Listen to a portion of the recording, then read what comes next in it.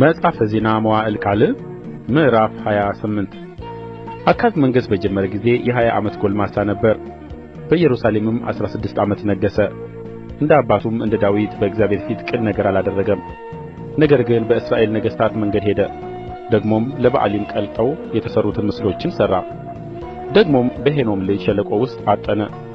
እግዚአብሔር ከእስራኤል ልጆች ፊት እንዳሳደዳቸው እንደ አሕዛብ ክፉ ልማድ ልጆቹን በእሳት አቃጠለ። በኮረብታው መስገጃዎችና በተራሮች ላይ በለመለመውም ዛፍ ሁሉ በታች ይሠዋና ያጥን ነበር። ስለዚህም አምላኩ እግዚአብሔር በሶርያ ንጉሥ እጅ አሳልፎ ሰጠው። ሶርያውያንም መቱት። ከእርሱም ብዙ ምርኮኞች ወስደው ወደ ደማስቆ አመጡ። ደግሞም በእስራኤል ንጉሥ እጅ አሳልፎ ሰጠው። እርሱም በታላቅ አመታት መታው። የአባቶቻቸውንም አምላክ እግዚአብሔርን ትተው ነበርና የሮሜልዩ ልጅ ፋቁሔ በአንድ ቀን ከይሁዳ 120,000 ገደለ። ሁሉም ጽኑዓን ነበሩ። ከኤፍሬም ወገን የነበረው ኃያል ሰው ዝክሪ የንጉሡን ልጅ መዕሤያንና የቤቱን አዛዥ ዓዝሪቃምን ለንጉሡም በማዕርግ ሁለተኛ የሆነውን ሕልቃናን ገደለ።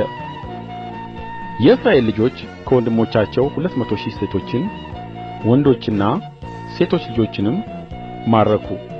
እጅግም ምርኮ ከእነርሱ ወስደው ወደ ሰማርያ አገቡ። በዚያም ዖዴድ የተባለ የእግዚአብሔር ነቢይ ነበረ። ወደ ሰማርያም የሚመጣውን ጭፍራ ሊገናኘው ወጣ። እንዲህም አላቸው፣ እነሆ የአባቶቻችሁ አምላክ እግዚአብሔር ይሁዳን ስለ ተቈጣ በእጃችሁ አሳልፎ ሰጣቸው። እናንተም ወደ ሰማይ በሚደርስ ቍጣ ገደላችኋቸው። አሁንም የይሁዳና የኢየሩሳሌም ልጆች ባሪያዎች ሆነው ይገዙላችሁ ዘንድ ታስባላችሁ። ነገር ግን አምላካችሁን እግዚአብሔርን የበደላችሁት በደል በእናንተ ዘንድ የለምን? አሁንም ስሙኝ፣ የእግዚአብሔር ቍጣ በላያችሁ ነድዶአልና ከወንድሞቻችሁ የወሰዳችኋቸውን ምርኮኞች መልሱ። ደግሞም ከኤፍሬም ልጆች አለቆች የዮሐናን ልጅ ዓዛርያስ፣ የምሺሌሞትም ልጅ በራክያ፣ የሰሎምም ልጅ ይሕዝቅያ፣ የሐድላይም ልጅ አሜሳይ ከሰልፍ በተመለሱት ላይ ተቃወሙአቸው። ደግሞም በእግዚአብሔር ፊት በእኛ ላይ በደል ታመጡብናላችሁና ኃጢአታችንን በደላችንን ታበዙብናላችሁና የተማረኩትን ወደዚህ አታግቡ፣ በደላችን ታላቅ ነውና የመቅሠፍቱም ቍጣ በእስራኤል ላይ ነውና አሉአቸው። ሰልፈኞችም ምርኮኞችንና ምርኮውን በአለቆችና በጉባኤ ሁሉ ፊት ተዉ።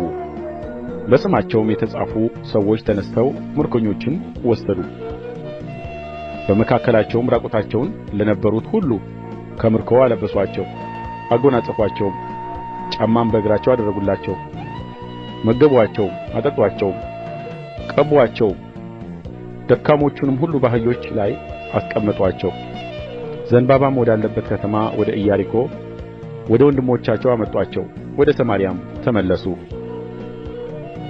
በዚያን ጊዜም ንጉሡ አካዝ እርዳታ ፈልጎ ወደ አሦር ንጉሥ ላከ። የኤዶምያስ ሰዎች ዳግመኛ መጥተው ይሁዳንም መትተው ብዙ ምርኮኛ ወስደው ነበርና፣ ደግሞም ፍልስጥኤማውያን በቈላውና በደቡብ በኩል ባለው በይሁዳ ከተሞች አደጋ ጥለው ነበር። ቤትሳሚስንና ኤሎንን፣ ጌድሮትንም፣ ሶኮንና መንደሮቿን፣ ተምናንና መንደሮቿን፣ ጊምዞንና መንደሮቿን ወስደው በዚያ ተቀምጠው ነበር። የይሁዳም ንጉሥ አካዝ እግዚአብሔርን ክዷልና ከእርሱም እጅግ ርቆአልና እግዚአብሔር ስለ እርሱ ይሁዳን አዋረደው። የአሦርም ንጉሥ ቴልጌልቴልፌልሶር መጥቶ አስጨነቀው እንጂ አልረዳውም። አካዝም ከእግዚአብሔር ቤት ከንጉሥና ከአለቆቹም ቤት እኩሌታውን ገፈፈ፣ ለአሦርም ንጉሥ ሰጠ። ነገር ግን አንዳች አልተጠቀመበትም። ይህም ንጉሥ አካዝ በተጨነቀ ጊዜ እግዚአብሔርን መበደል አበዛ። ለመቱትም ለደማስቆ አማልክት የሶርያን ነገሥታት አማልክት ረድተዋቸዋልና እኔን ይረዱ ዘንድ እሠዋላቸዋለሁ ብሎ ሠዋላቸው።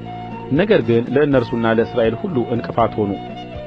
አካዝም የእግዚአብሔርን ቤት ዕቃዎች ሁሉ ወስዶ ሰባበራቸው፣ የእግዚአብሔርንም ቤት ደጅ ቈለፈ። በኢየሩሳሌምም ማዕዘን ሁሉ መሠዊያ ሠራ። በይሁዳም ከተሞች ሁሉ ለሌሎች አማልክት ያጥን ዘንድ የኮረብታ መስገጃዎች አሠራ። የአባቶቹንም አምላክ እግዚአብሔርን አስቈጣ። የቀረውም ነገርና ሥራው ሁሉ የፊተኛውና የኋለኛው እነሆ በይሁዳና በእስራኤል ነገሥታት መጽሐፍ ተጽፎአል። አካዝም ከአባቶቹ ጋር አንቀላፋ፣ በከተማይቱም በኢየሩሳሌም ቀበሩት። ነገር ግን ወደ እስራኤል ነገሥታት መቃብር አላገቡትም። ልጁም ሕዝቅያስ በእርሱ ፋንታ ነገሠ።